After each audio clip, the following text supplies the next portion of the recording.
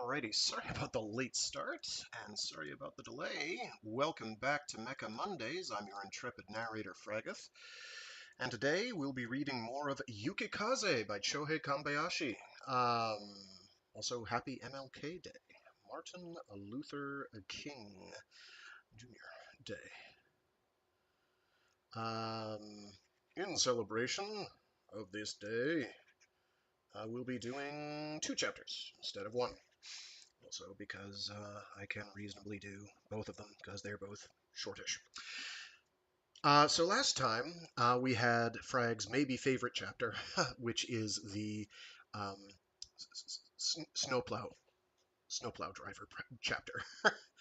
um, so there's this guy, um, and he's a snowplow driver, and he's kind of what happens when you've got somebody who's been sent to be part of the FAF, since they're basically a penal legion, um, for all intents and purposes, in that the majority of their staff wind up being um, cast-offs, in terms of ex-prisoners and convicts and the like that are offered the choice, hey, would you like to um, take a bunch of time off your term and serve in the FAF, or would you like to be in prison, or maybe die, get executed, depending on the country whose laws are in effect. Um, so they get staffed by a lot of reprobates. But what happens if you're someone who didn't have much to live for in the first place, but also don't have the talent, reflexes, and everything else that's required to be one of these top fighter pilots? Um, well, you might just be on snowplow duty, and that's what what's his name, Amada, something like that, Amata. That's what Lieutenant Amada is. That's what his deal is. And out of nowhere, he winds up getting like one of the highest commendation medals that the FAF, the Ferry Air Force, has. And he's like, that makes no sense. You have to be like a hero who, I don't know, took down a million enemies, or saved everybody through your heroic actions. And typically you are dead. If you've gotten one of these are like posthumous rewards. And everyone else is like, I don't know, man. It was sent to you. So the computer doesn't lie. So, he takes it very poorly because now he's ostracized from his peer group because they're like, oh, well, you clearly did something bad in order for this to happen to you. You cheated somehow. And so none of his peer group like him. Um, Commanding officers are baffled. They have no idea what's going on. So, um, in a moment of happenstance, he asks one major booker, hey, man, please find out what's going on. I cannot take it. Now he's dying of liver failure anyway, so it's like he just wants to live out the last, however many months of his life, if at all, in peace. So Major Booker looks into it, and it turns out that it was assigned by the computers, and they refuse to explain why. Um, he's like, well, that's strange. Anyway, Amata dies. We're sad to see him go. Um, because the automated defense system takes him out in order to prevent a super sylph from being destroyed. Interesting. Anyway, there's a bit of a disconnect, at any rate, between the human resources and the actual computers in terms of how this war is being executed. So it puts further emphasis on some of those ideas that Ray Fukai was having about, I don't think humans are necessary to this war, and I don't think the Jam are fighting us. I think they're fighting our computers and our organization, because they aren't like us. Anyway, without further ado, we'll get crack-a-lackin'.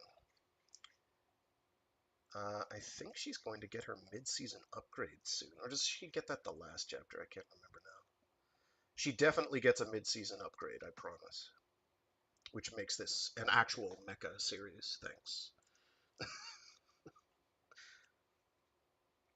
You know, a lot of the time, if you translate Mecha directly with a literal translation software, it will come out saying aircraft. So that's why this is especially apt. I don't know if they do that anymore. I assume they do. I haven't needed to do that for a while. All right. So yeah, we'll be getting started on the 6th chapter entitled All Systems Normal, which I think is a rest and relaxation chapter, is it not? No? Maybe? Nope, it's not. Okay. I don't remember. It's been a while since I've read this, and I read it back to back with Good Luck Yukikaze, so there's a lot of stuff that overlaps for me. Anyway, let's get rolling.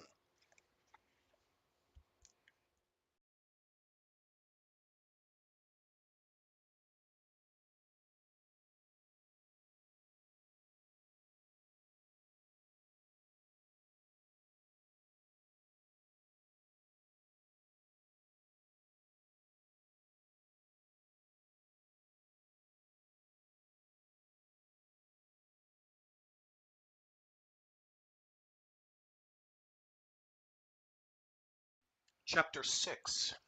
All Systems Normal. Yukikaze's power was beyond what even he had expected. Finally free of her crew, she killed all their safeguards and revealed capacities exceeding her design limits. He tried to tame this new Yukikaze, but she refused his orders, judging them errors, and danced freely in the skies of Fairy. Now I remember this chapter. This chapter is awesome. This chapter is spooky. A large formation of enemy aircraft was approaching. The initial alert came in from the tactical fighters patrolling the perimeter of the frontline base Tab 14. An airborne early warning and control system plane confirmed the information.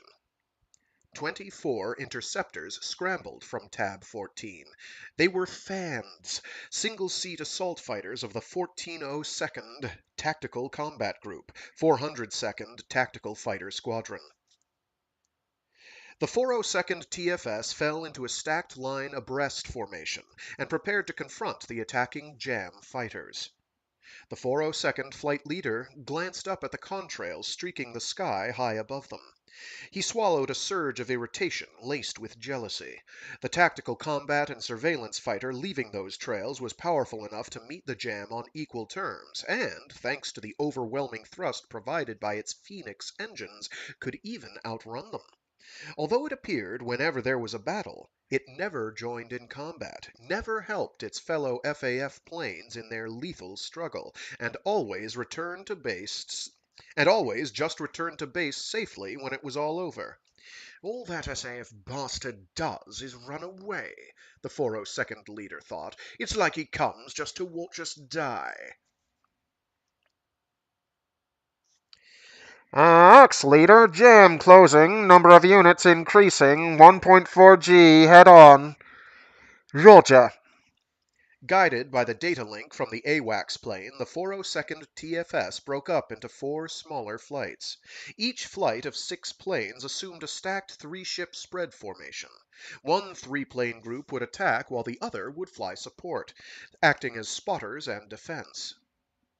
The attacking and defending roles weren't fixed beforehand, but instead varied according to the needs of the battle. The point of this fluid formation was to separate the enemy aircraft and attack them 3-on-1. When these conditions weren't met, for example, if 2 enemy planes were approaching from the rear, the attacking group would abort and shift to a defensive role, creating an opportunity for the other group to strike. In this sort of close-in dogfight, there was no time to rely on radar. The pilots had to depend on their own senses and on the information transmitted from their fellow planes. The only way to retain the advantage was to make constant, rapid, and accurate decisions. Combat pilots with bad instincts didn't last for long. Ox 2, Ox 3, engage. The flight leader slid his throttle forward. The enemy had broken into two groups, one going high and the other low. Ox Team climbed rapidly. Tally on Bandit, 2 o'clock, called in Ox 2. His sharp eyesight had allowed him to spot the jam's faint contrail. Ox Leader kept his eyes glued to it. His radar acquired the enemy plane and highlighted it on his HUD within the target designator box. He quickly toggled his dogfight switch. One wing of the enemy formation was lagging behind. I've got him. The flight leader pushed forward. Speed had to be maintained at all costs. Speed was life. Ox 2 and 3 followed him. Ox Leader engaging, brake, starboard. Roger. Acting on a warning from Ox 4, which was monitoring the situation, that their target was maneuvering to attack, Ox Leader's group dove to the right. The jam pursued them. Ox 4, 5, and 6 rolled in from above, trying to interdict the jam, which evaded them with a 3G hard right climbing turn. Ox Leader pulled into a 3.5G turn, his angle of attack pushed to 20 degrees. The jam responded with a 5G slice, and Ox Leader followed, diving inverted. Countering his lead turn, the jam pulled vertical, and Ox 3 and 4 simultaneously performed pitchbacks, banking left to chase it. The jam continued to rise, its afterburners blowing fire, turning its 6Gs to prevent Ox 2 and 3 from maneuvering behind it. Within 3 seconds it was over half a mile up, turning hard to the right to come around to Ox 4's 6 o'clock. Ox 4's radar warning receiver shrilled an alarm. Ox Leader pushed his plane's nose through a 7.4G turn at the maximum angle of attack. In response, the jam aborted its attack on Ox 4, cut sharply to the left, and rolled into a 180-degree turn. By the way, 7.5G turn is harsh. Ox Leader rolled into his own turn, committing to the two-circle fight, both aircraft trying to maneuver the other into its kill envelope. And finally, Ox Leader had it. Ready AAM appeared on his HUD. The short-range missiles seeker acquired the enemy aircraft, and the plane's onboard fire control system input the jam's heading, relative altitude, and speed data into the missile's guidance system. Ox Leader closed on his quarry. At 3 miles distance, a tone sounded in his helmet to alert him that he was within the missile's firing range. He pressed the weapon release button on his side stick without a moment's hesitation. The missile's rocket motor and gas turbine power generator activated, launching it away from the plane. The target was now 4 seconds away. The jam jinked violently, trying to evade the missile that was twining up its tail, but it was too late. The AAM slammed into the enemy craft. Target destroyed. Ox Flight retook its formation.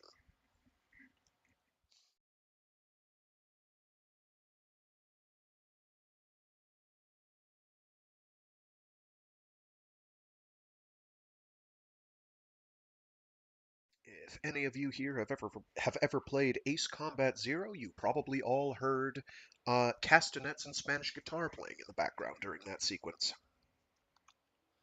Either that, or maybe something spectacularly 80s, like something like Highway to the Danger Zone. Take your pick. I feel like it's more of an Ace Combat soundtrack than a Highway to the Danger Zone, but there is definitely some moments. Aboard Yukikaze, Rei Fukai watched the enemy symbol vanish from his multifunction display. According to FAF tactical theory, victory was a secondary objective. The primary objective was not to lose. Let's repeat that because it's important. According to FAF tactical theory, victory was a secondary objective. The primary objective was not to lose. The FAF had been charged with the duty to defend Earth from the persistent attacks launched by the jam, but because the true nature of the jam remained a mystery, and because the FAF had never discovered the key to killing them, it could not devise a strategy for winning the war. Therefore, a single tactical accomplishment was regarded not as a victory, but rather as an avoidance of defeat. The war was hopeless, but at least they had yet to lose it. The 402's doing well, Ray thought to himself. They were using tactics devised to make sure they didn't lose. Something's wrong, Said Lieutenant Burgadish from the back seat as he checked the long-range search radar. What do you got? Not sure. Wait, thought so. It's a second wave. The ones that the 402 are fighting are decoys. Here they come. Missiles, ground-to-ground missiles, heading for Tab 14 fast.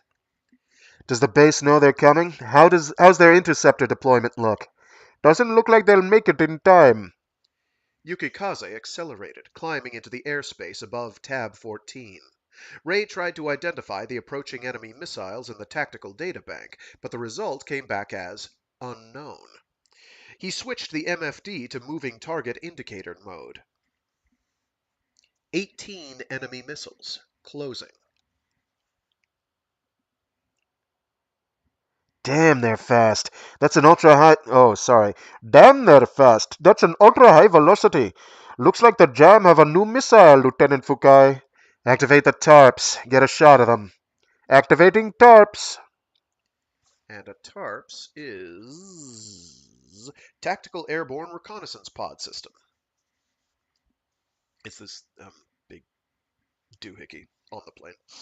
The swarm of missiles crossed hundreds of miles in what seemed like a matter of seconds.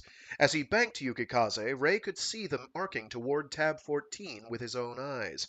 They plunged toward the base, looking like red comets or meteors, long fiery tails stretching out behind them. The tails were not formed by the exhaust gases from the warhead's rocket engines. The missiles were flying so fast that they were glowing red hot just from the air friction generated by their passage. Tab 14 was annihilated in an instant. No trace remained of the buildings on the surface. An enormous crater on the base's broad runway marked the spot where the interceptor squadron, the 401st TFS, had been hot fueling for its takeoff. Yukikaze silently recorded the devastation with her TARP's cameras. With that kind of velocity, they don't even need an explosive. The shockwave alone blew everything away. Lieutenant Fukai, third wave of enemy missiles incoming. They're anti-aircraft, moving much slower than the GTGM just now, but they're 3 times faster than the norm. The 402nd's in danger. Tell them to take evasive action. Pan code U. Roger. Burgadish got on the guard frequency. Pan, pan, pan. 402 TFS. This is Yukikaze B503. Pan, pan, pan. Code U. Uniform, uniform. The 402nd leader received the emergency message from Yukikaze at the same instant that his own plane's alert system sounded its warning. He immediately began evasive maneuvers, but he had no idea what the approaching threat actually was. Jam anti-air missiles? He scanned his He scanned his surroundings to try to visually acquire the missiles. It was hard, but you could usually spot them from the faint contrails they left. If he could see them, he was sure he could evade them. There they were, coming at him from 6 o'clock low. But what were they? They were moving fast, more like laser beams than missiles. He never had time to dodge. A split second after he'd sighted the missiles, he and his plane were consumed in an explosion. 19 402nd planes down. No survivors. Lieutenant Burgadish stated impassively. Roger. Ray replied. No point hanging around here. RTB. More jam closing. Range 65 miles. There are 3 large units, possibly missile carriers. No escorts. They're flying along like they don't even like they don't even care if they're attacked. Are they where those AAMs were launched from?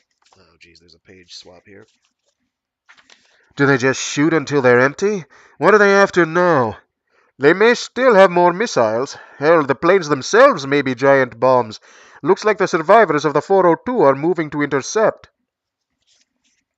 The 5 remaining units of the 402nd reformed, then turned toward the 3 massive jam aircraft, firing medium-range missiles as they began to close the 50-mile range to the enemy.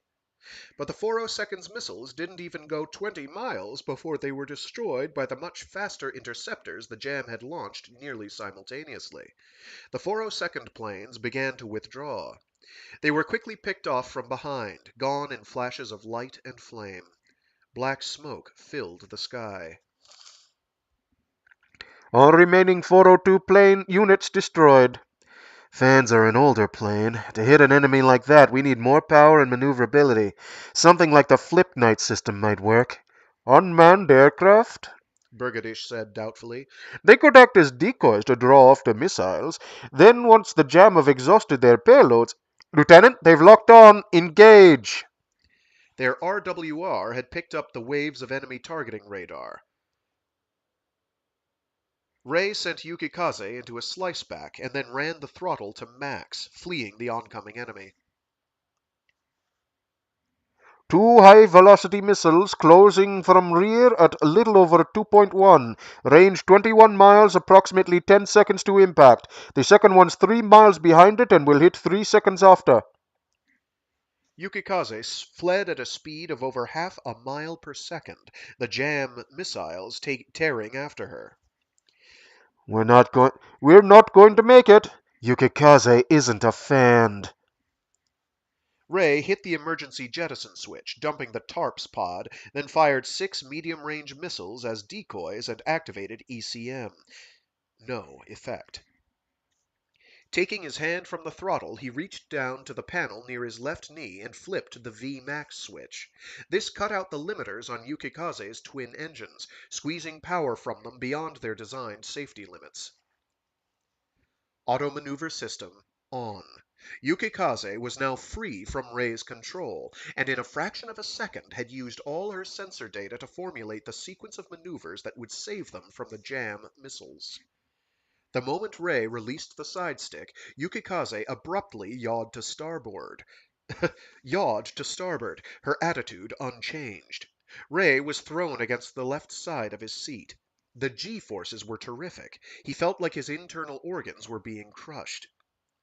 The Jam missile passed by them barely 400 feet away on the left side and self-destructed. Yukikaze pitched and shuddered in the shock wave of the explosion. A warning tone sounded in Ray's helmet, signaling the approach of the second missile. Ray steeled himself. They were going to die. Ejection at this point was impossible. Yukikaze's ejection seats had no capsules to protect them. Firing them at supersonic speed was tantamount to suicide. He watched the rapidly moving symbol on the MTI and relinquished it to Yukikaze to deal with. It took a second for her to correct her attitude after having been hit by the explosion shockwave. 2 seconds to impact. Evasion was impossible. Yukikaze initiated an offensive combat maneuver. Ray wasn't expecting it. He was suddenly pressed into his seat, the G-forces seeming to crush his eyeballs back into his skull. His vision blacked out. He had an instant's impression that all his blood had turned solid and impossibly heavy.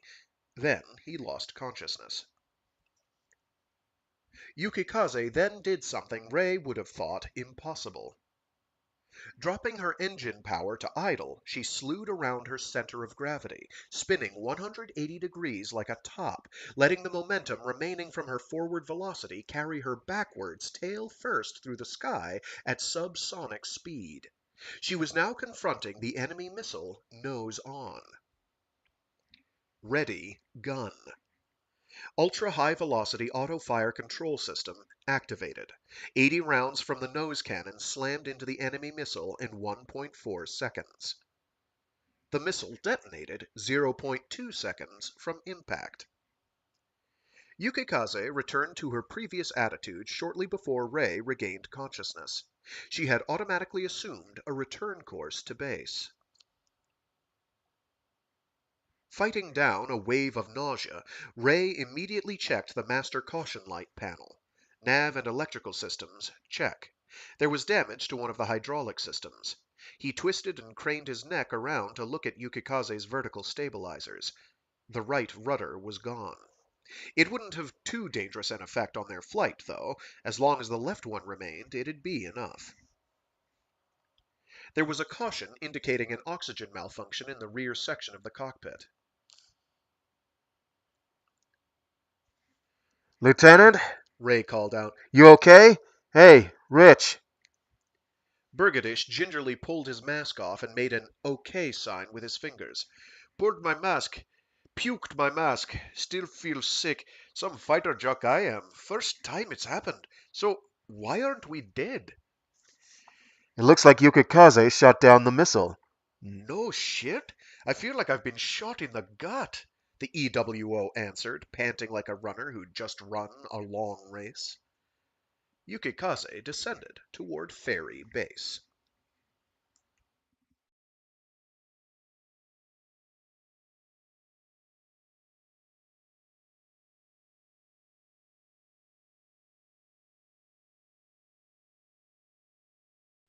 Tab 14 was gone.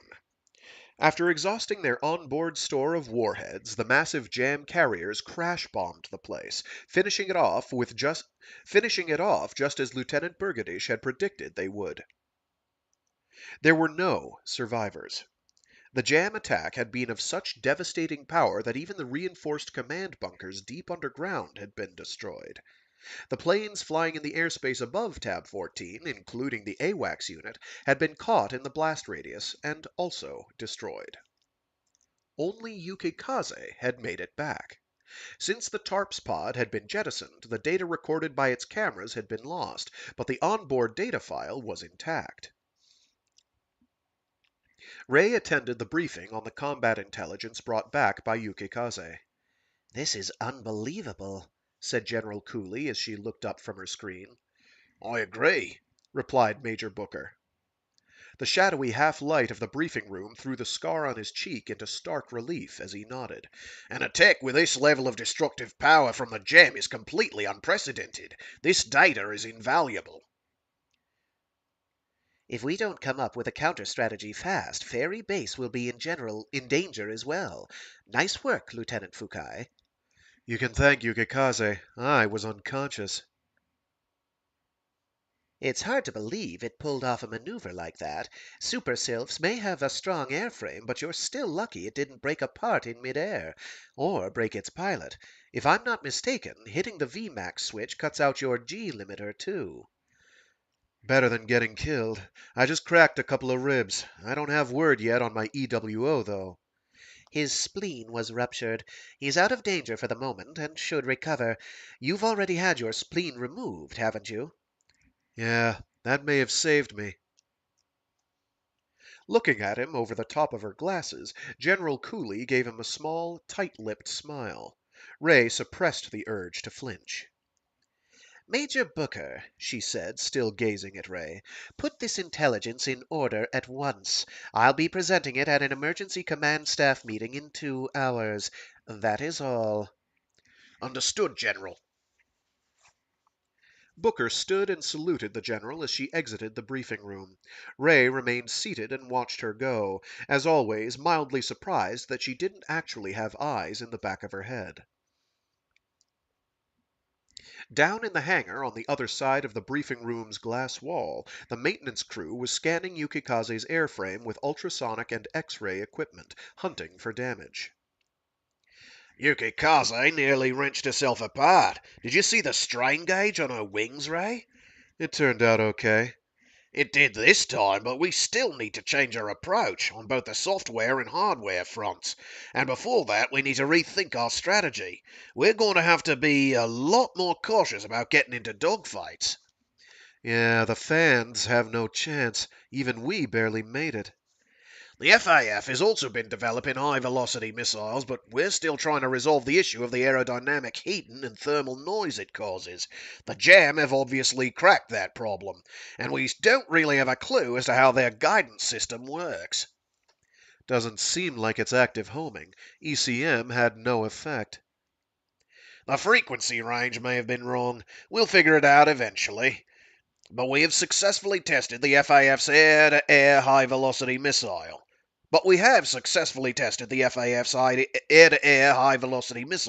It's not as fast as the Gems, but the accuracy should be about the same. Even if we have the missiles, the fighters carrying them will still be fans. They'll be shot down before they can fire. Nope, said Major Booker, grinning broadly. Guess what just passed its flight tests? Fand 2.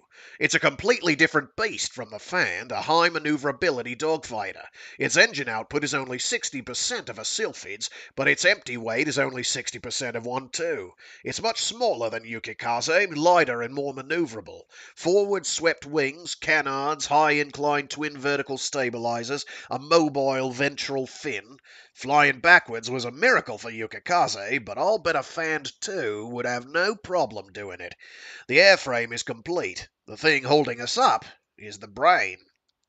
The computer? Right. Because the wings have to be constantly adjusted to an optimal configuration on a second-by-second basis, these planes require a high-capacity, high-velocity computer that can process the huge amount of data needed to do that. And it has to be small, lightweight, and power-efficient too. Yukikaze's could do the job, but it's too big to fit inside the airframe. The Fand 2 is a great plane, but this is a case where the software has gotten ahead of the hardware. Wait, isn't it the other way around? I think it's the other way around. If you're saying that the brain... Whatever. You said the flight tests were successful. You can't fly without a flight computer, though, which means... It's not enough for it just to be able to fly. The Fand 2 is a fighter. It has to be able to evade an enemy attack and then launch its own. There are two schools of thought on fighter plane development. One is to have multi-seat fighters, on the theory that having the second crew member minimizes errors made during combat. That works for visual range dogfights, but is becoming less relevant. The FIF believes the other approach, the single-seat fighter, is the more successful one. What we saw Yukikaze do this time is a good example. Let the computer handle it instead of a human? It can process information much faster than a human brain can, and if it can draw on directly linked sensor data to feed its decision-making abilities, well then, to be honest, sometimes I'm amazed at the capabilities of Yukikaze's central computer. Its potential is far beyond anything I imagined. Even though you developed it? I didn't develop it, I just put on the finishing touches. A lot of hands went into designing her systems, and I don't know what's in each individual one, but Yukikaze's grown so intelligent now that you can't compare her to what she was when she was first developed. She's been learning. And you've been the one teaching her, Ray. In the near future, she probably won't need you anymore. If that happens, what happens to me? You go home and go back to being an ordinary citizen. I have no home to go back to. How long have you been on Fairy again? 4 years. Don't you want to live? I don't want to die. You only have about another 2 years as a pilot. Your body won't hold out beyond that. And so what then? You'll just cut me loose? Why not help me with my work? I can arrange for you to become a combat technique advisor. I can still fly. Yukikaze needs me. That love of yours is unrequited. She's becoming independent, and some day soon she's gonna dump you. Jack, you sound like a nervous old man. You running out of fight? Maybe, Booker sighed. You have no idea what it's like for me when I send you and the others out on missions. Day in and day out, Air Force pilots keep getting killed when we don't even know what it is that the jam are really after. If it turns out that they're not at war with humanity at all, then all those soldiers will have died meaningless deaths, and I can't accept that anymore. I want it to end, no matter what it takes. You're saying that let the machines fight the jam for us? There's a danger there, too. We don't know what the jam's aims are. However, we don't know what the Earthside Defense Forces are thinking either. At this point, I wonder what we're even doing here. We're fighting a war. Maybe, maybe not. The battle here on Fairy may be nothing but a decoy operation designed to keep our attention occupied while the jam are already worming their way into every part of Earth. And then they'll close the hyperspace corridor and leave us stranded there. Stranded here. I'm starting to believe wild ideas like that. Maybe that's true.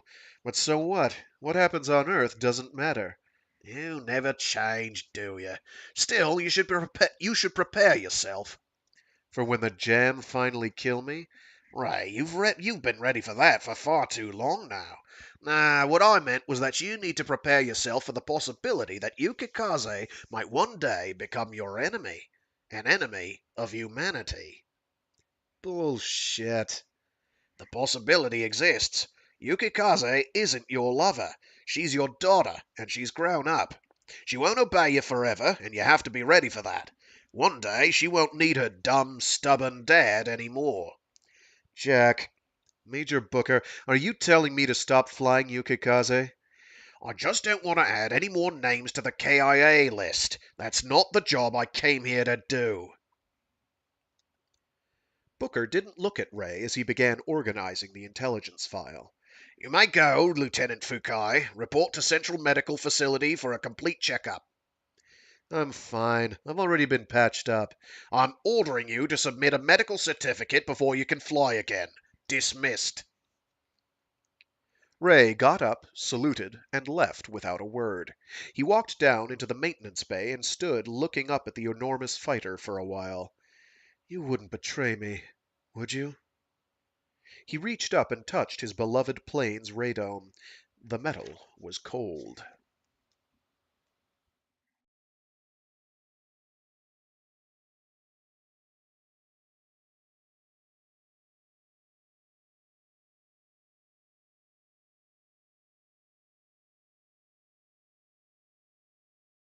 Per the FAF Medical Corps diagnosis, Lieutenant Ray Fukai would be completely recovered and fit to resume duty in 2 weeks.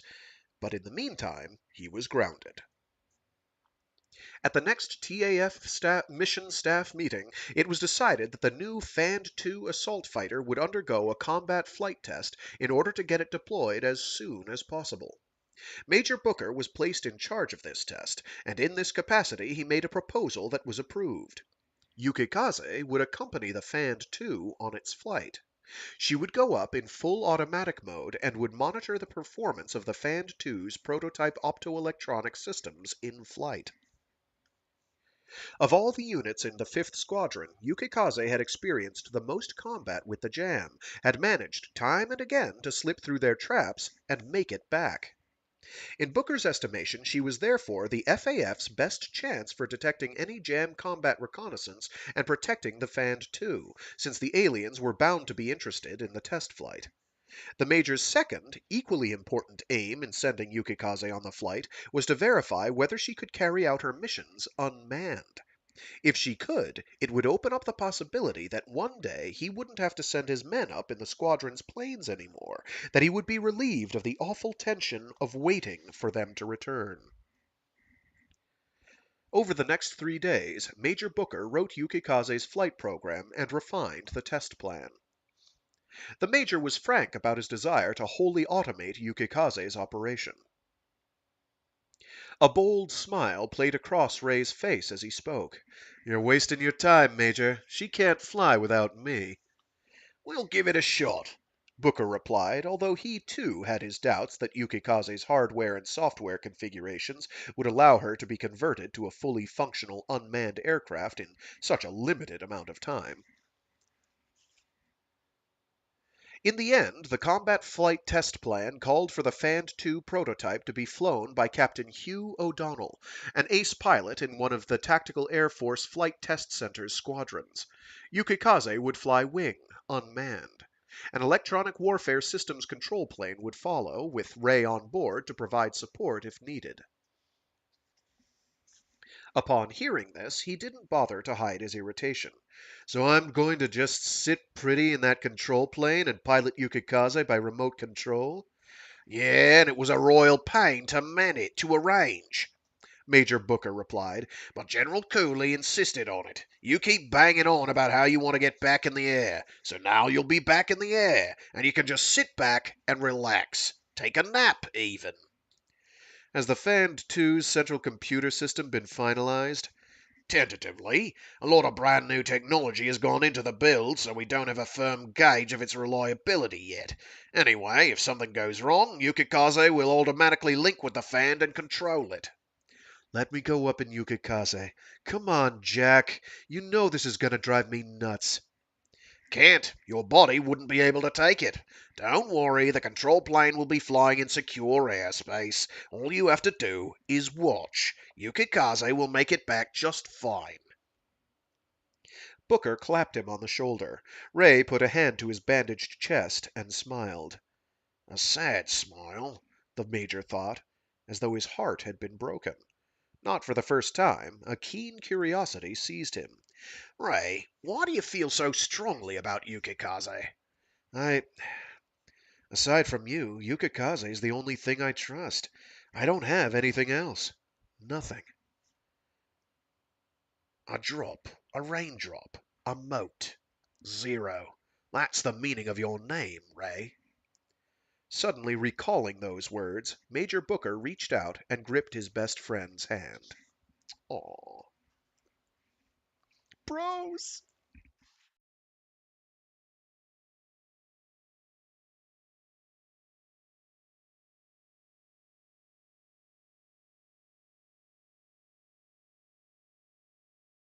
Yukikaze and the first combat-ready Fand 2 unit waited side by side in the SAF's maintenance bay. The Super Sylph's huge shape and the sleek, menacing lines seemed to embody all the enormous power that lay dormant within her. The Fand 2 by her side was smaller and lighter, yet also magnificent.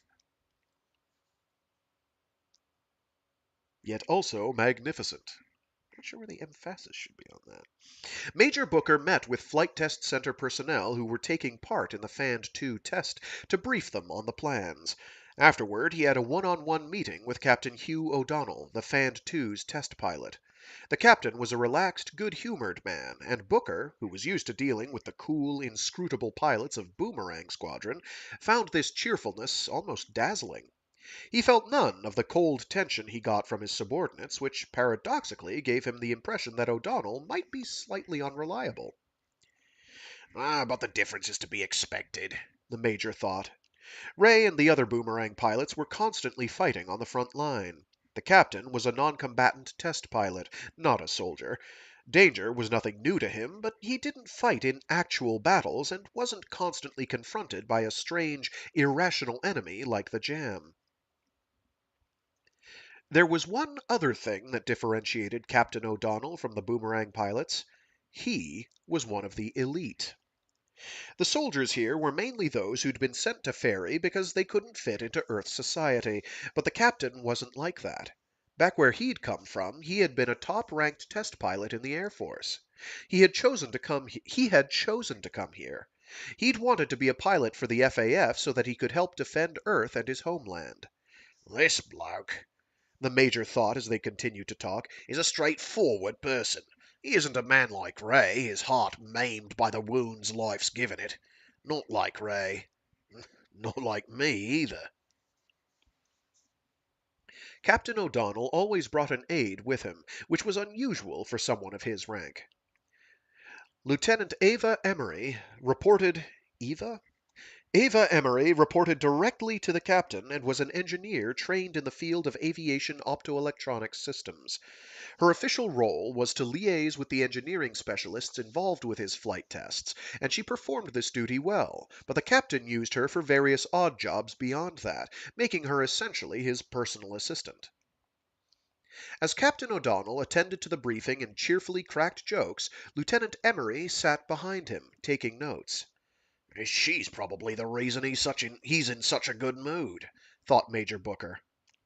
In public she addressed him as Captain O'Donnell, and did so curtly, as though to give the impression there was nothing more between them.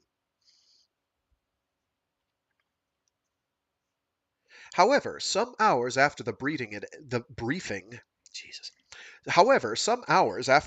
had ended, when Booker went down to the dark and now abandoned maintenance bay, he witnessed a scene that made it clear their relationship was more than just a professional one.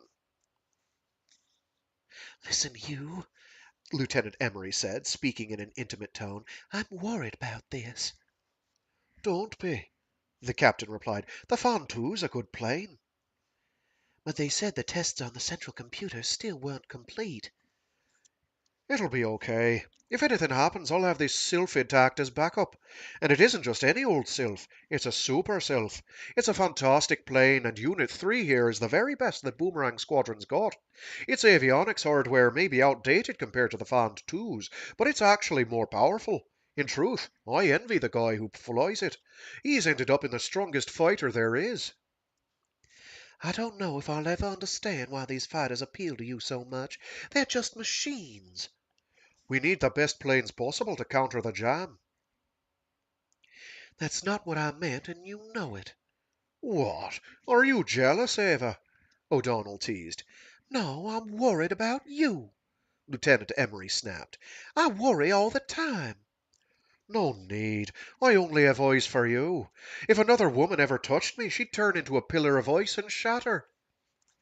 I'm being serious, Emery said, stamping her foot. don't make fun of me. Honey, I'm always... I can't switch between these two very easily.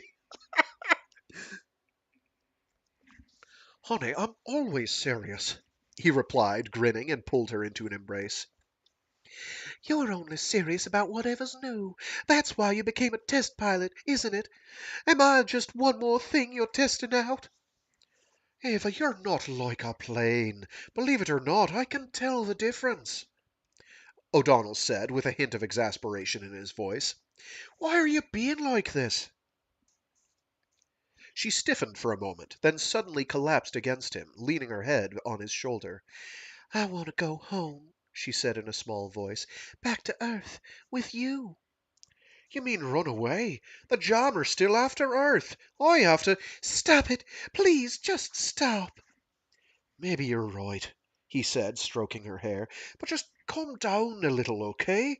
My term of duty's almost up here. If you want, I'll resign from the FIF. But as long as I can still fly, I'm still going to keep doing this job. But being a test pilot is so dangerous. You can't trust these machines like you do. Please, please, Hugh. O'Donnell was silent for a bit, then said gently, Okay, think about this. My term's up in 2 months. In 2 months, let's get married. He cupped her face in his hands. I love you, Eva. They shared a warm kiss, and then Lieutenant Emery let go of the captain and informed her in her professional tone that she'd processed the day's schedule. He gave her a wink and turned to go. He froze at the sight of a figure standing in the shadow of Yukikaze's radome. Who's there? State your identification. Lieutenant Ray Fukai. O'Donnell looked at the name stenciled beneath Yukikaze's canopy and nodded. Ah, I've heard about you. The ace pilot of Boomerang Squadron. That's an excellent fighter you've got there in Yukikaze. What's that name mean, by the way? Snow Wind. Snow Wind? Like a snowstorm? No, a snowstorm's different. A snow wind is a snow wind. Ray looked at the two lovers without any expression. As Captain O'Donnell made to approach Yukikaze, he stopped him with a sharp, Don't touch her, then climbed up the boarding ladder and opened the canopy using the external manual control. Settling into the cockpit, he turned the master test system on, set the built-in test system selector to interleave mode, and began running the diagnostic routine for Yukikaze's electronic instrumentation. I've flown sylphids before, O'Donnell called up to him, but the sylphs you guys in the SIF fly are another beast entirely. I've never gone up in one, but I've heard talk of what it can do. Go easy on me tomorrow, okay? Ray remained silent. The captain gave him an easygoing salute anyway, and put his arm around Lieutenant Emery's shoulder as they exited the maintenance bay. First Lieutenant Fukai. Jack, don't scare me like that. Where have you been hiding? Where have you been hiding? I forgot something down here. Ray, Yukikaze's modifications have been perfect. You've put new systems into her. She's changing. She's slipping out of my hands. The system outline is just what I explained to you yesterday. We've got an early day tomorrow. Get to bed. Yeah. Ray nodded, but didn't make any move to climb down from Yukikaze. Booker sighed. With the combat flight test plan documents bundled under his arm, he left Ray behind in the silent maintenance bay. Ray was a boomerang soldier. I should be used to that attitude by now. The Major thought. But after seeing the human feelings shared by Captain O'Donnell and Lieutenant Emery, Ray seemed unusually tragic to him. Yukikaze was indifferent to the expectations that her pilot or any other human held for her. She was the heroine of her own story, a spirit of the air who ruled the skies of Faerie, the Queen of the Wind.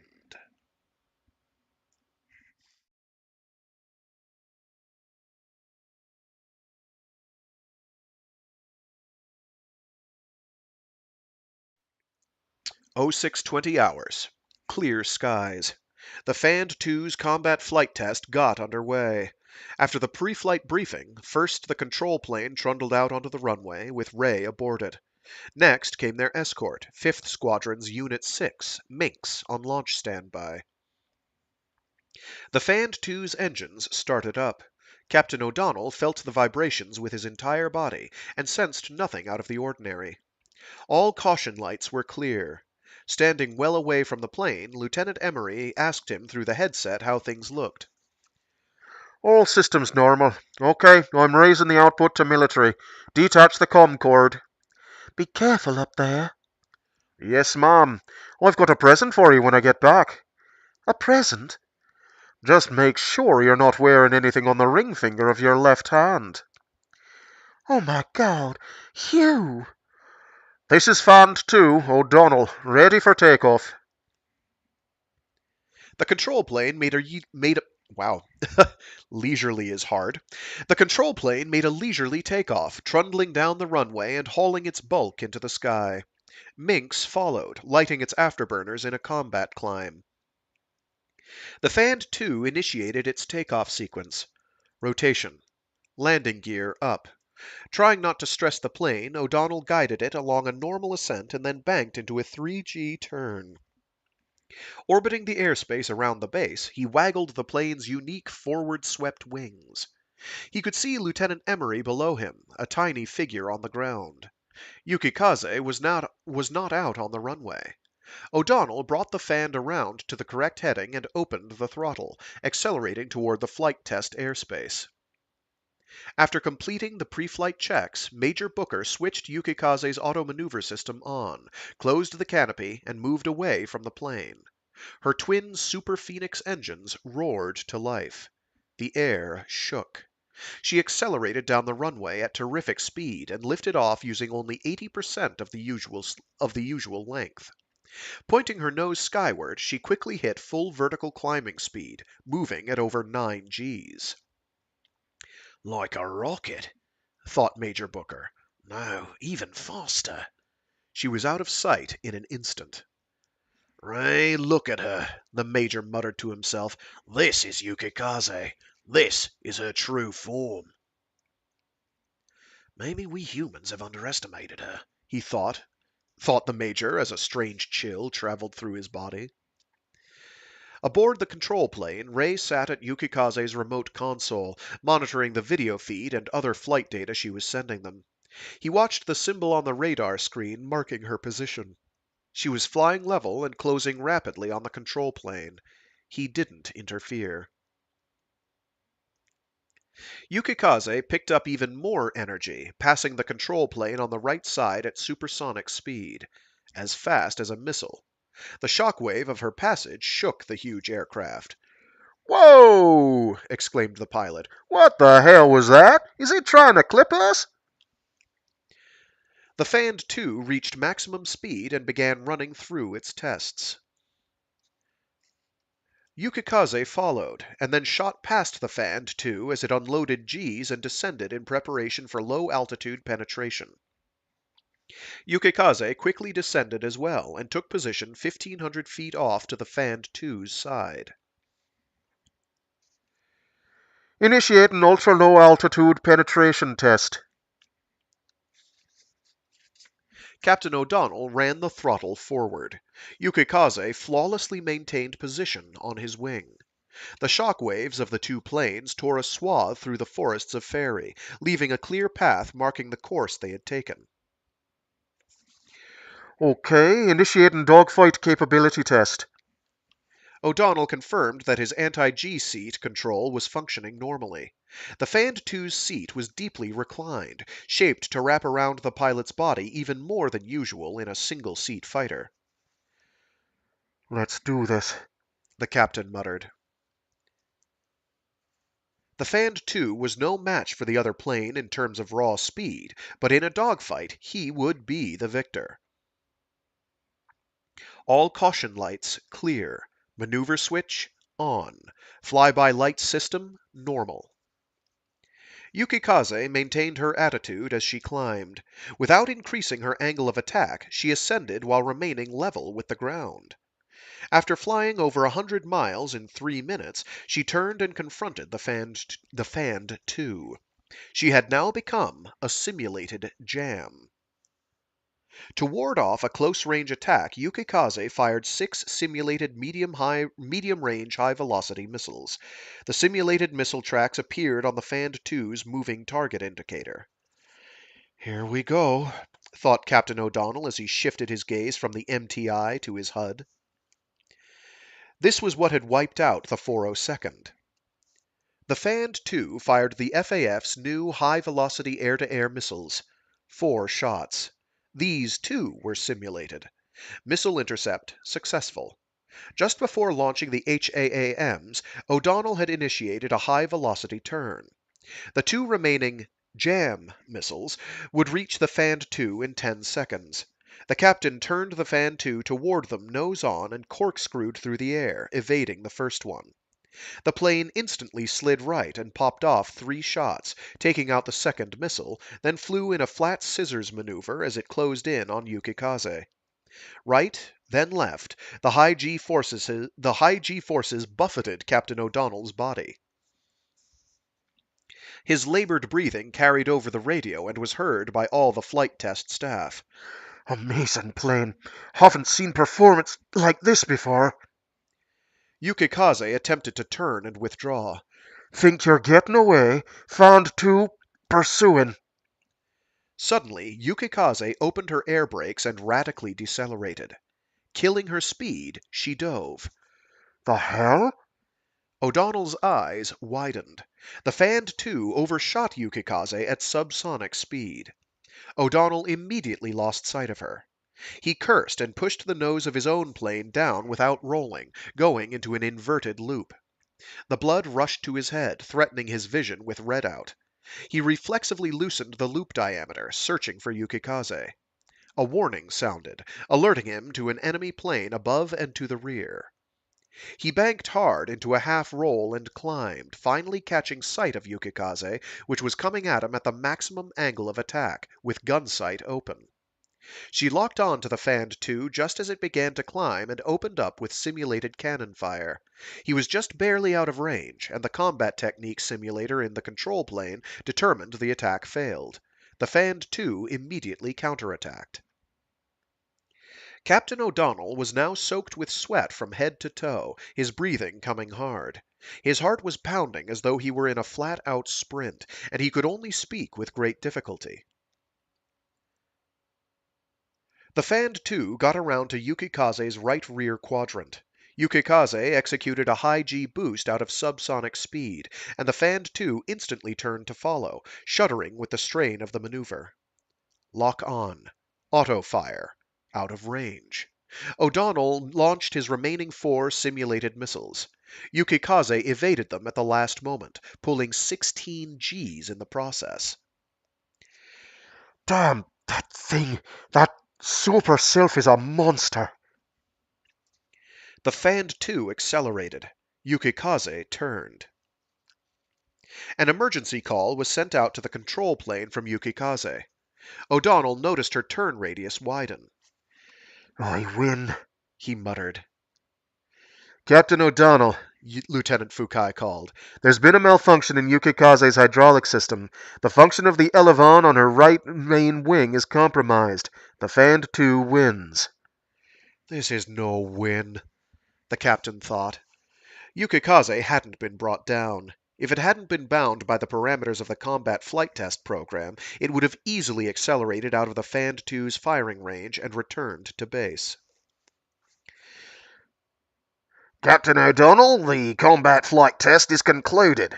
Major Booker issued the order from the SAF's underground control room back at Ferry Base. It seems the Fand 2 has met our expectations, said the Tactical Air Force's commander. It evaded the high-velocity missiles and proved it could engage the enemy, agreed Booker. although Yukikaze may still be regarded by the Gem as more of a threat since they have nothing like it. That's of little use if it breaks itself in the process, interjected General Cooley. If the Fand 2 had attacked it at that point, Yukikaze would have lost. The Fand 2 is impressive. A warning alarm suddenly sounded in the control room. Red letters appeared on the huge data screen, informing them that incoming hostile aircraft had been detected. It's the Gem, said Major Booker, a familiar knot forming in his stomach. The early warning had been transmitted from Minx. Where are they coming from? Asked the control plane's radar operator. Oh, that's the pilot. Where are they coming from? Asked the control plane's radar operator. I don't see 'em. Range 215 miles, said Minx's EWO from 90,000 feet above. They're closing at super low altitude. Definitely jam. 2 planes, combat recon types. Number of units increasing. They penetrated that far in without tripping our warning network? Booker said incredulously. Minx, intercept them. Tab 15, scramble 501st TFS. Fand 2, return to base at once. Emergency withdrawal. Copy, replied Captain O'Donnell, and flipped his armament switch to on. Ready gun. Ready HAAM-4. Real weapons this time. His gun and 4 short-range, high-velocity air-to-air missiles. The Fand 2 and Yukikaze were both closer to the jam than Minx, which plummeted toward the enemy aircraft at maximum thrust, firing 2 long-range missiles as it went. An HQ appeared on the HUD. The jam were climbing. The countdown until impact began. 9, 8, 7. The jam launched high-velocity interceptor missiles. 5, 4, 3. The numbers vanished. No good. Missiles down. 3 planes from Tab 15 were now in the air and pushing at maximum thrust to intercept the jam. Minx, abort your attack, Major Booker ordered. Climb and resume surveillance duty. Roger. Static filled the channel. The jam were using their highest output ECM. They pressed in behind the Fand 2 and Yukikaze, 150 miles to the rear, and launched 2 high-velocity missiles.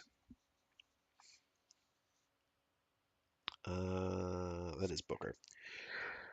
These are moving as fast as those ground-to-ground ones we saw before. Ray, do you read me? The jam probably want to see how the Fand 2 will evade these missiles.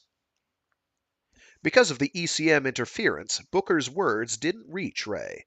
The control plane initiated ECCM. The approaching enemy missiles appeared on the radar screen. After another 20 seconds, skipped a line. After another 20 seconds, when they were within 50 miles of the Fand 2 and Yukikaze, the missiles split into 4. Minx watched them from on high. On Yukikaze's remote console, Ray saw the message, Ready Gun, appear. No, he said softly. You can't pull any high-velocity maneuvers now. His hand hovered over the remote switch. He wanted to protect Yukikaze, but protecting the Fand 2 came first. And for that, the image of Captain O'Donnell and his lover suddenly floated into his mind. For that, he might be forced to use Yukikaze as a shield. Make it back to base, even if you have to watch your comrades being wiped out. Minx had now been charged with that duty. Strange, Ray thought as his heart grew cold. I'm worried about abandoning Yukikaze. I Am I jealous of her after she betrayed me? Without sorting out his feelings, he flipped the switch and seized the control stick without a second thought. But there was no reaction. What's wrong with you, Yukikaze? Before receiving the instructions from Ray, Yukikaze linked with the Fand 2, taking control of it.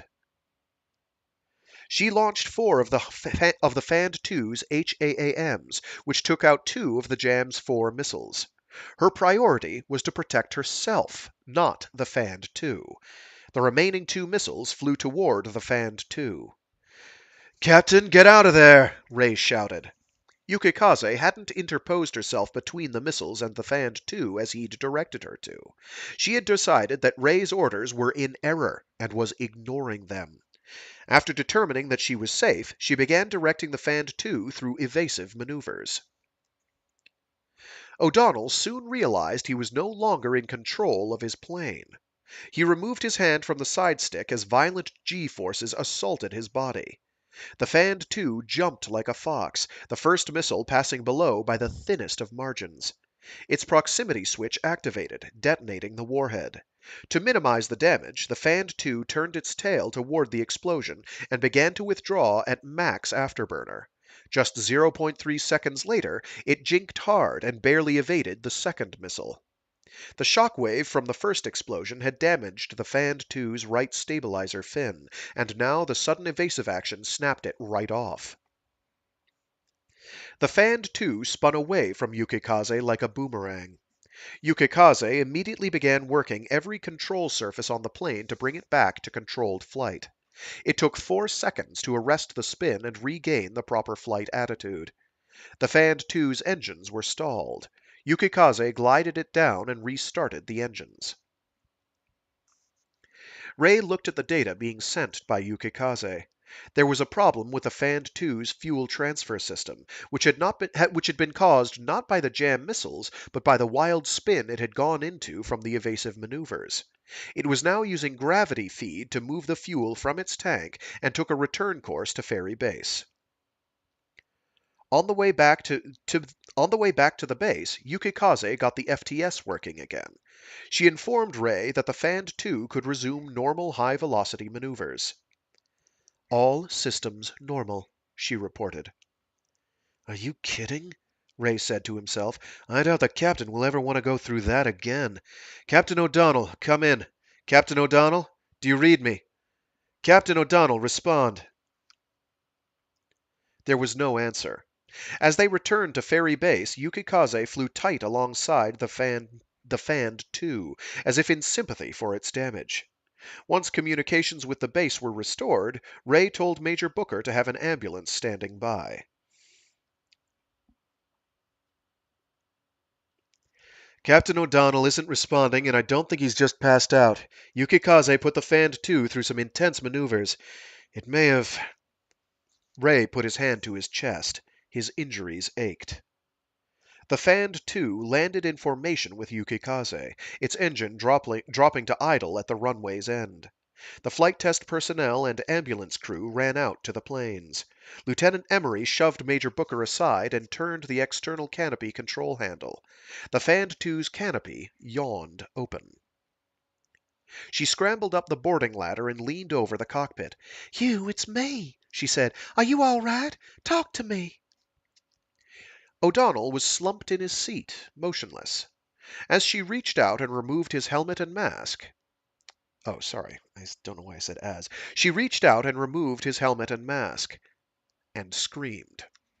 Blood poured over her hands, streaming from his mask and mouth. His head lolled to the side. He wasn't breathing. Hugh, say something, please. Major Booker signaled the medical team.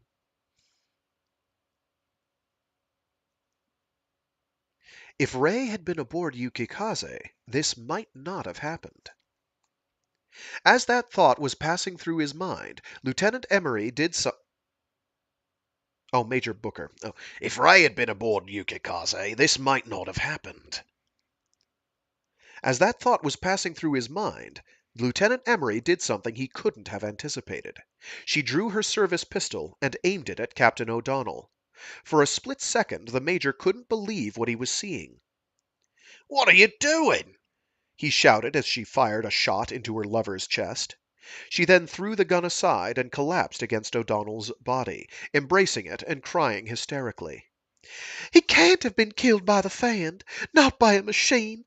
No, I killed Hugh. I did. A man whose heart was taken by a fan deserves to die. Major Booker wrapped his arms around the now incoherent Lieutenant Emery and gently pulled her away from the body.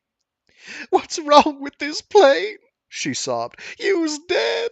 After what happened to him, why doesn't it react? Why? No, no, no, no. Over her shoulder, Booker looked at the blood-splattered instrument panels inside the cockpits. Condition lights, all clear. All systems, normal. Neither the jam nor Lieutenant Emery had killed Captain O'Donnell. The Fand 2 and Yukikaze had.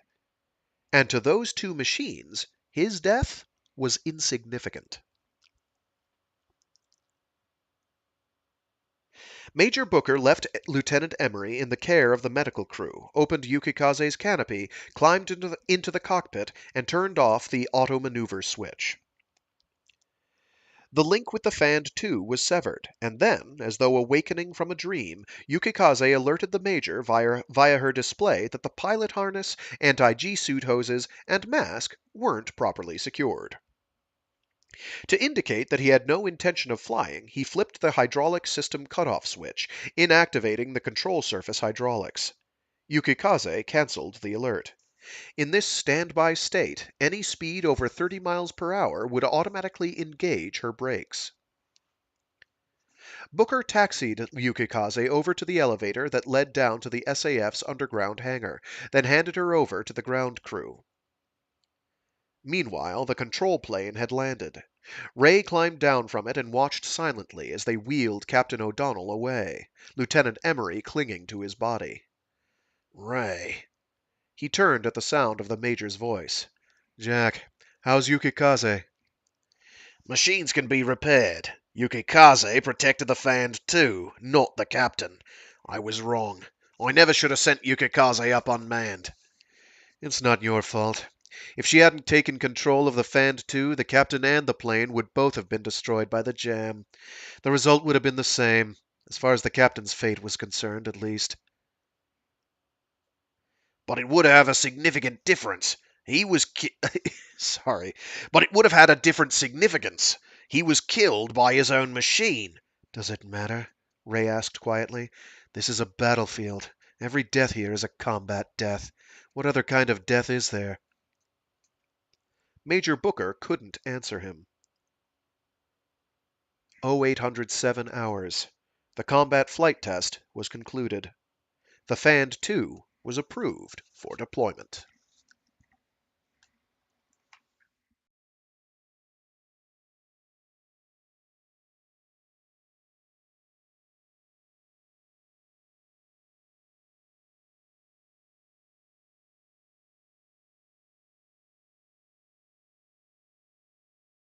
Chapter 7 Battle Spirit.